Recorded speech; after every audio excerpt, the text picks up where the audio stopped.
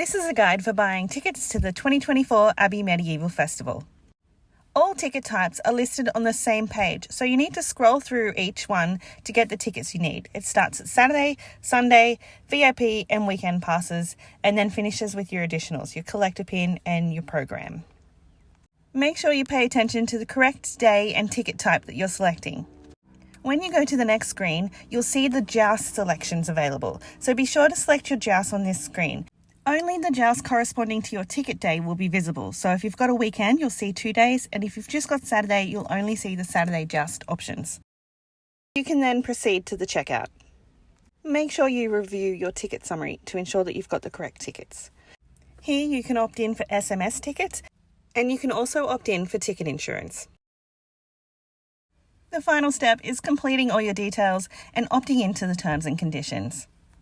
Complete your payment and you now have tickets to the Abbey Medieval Festival in 2024. We can't wait to see you there.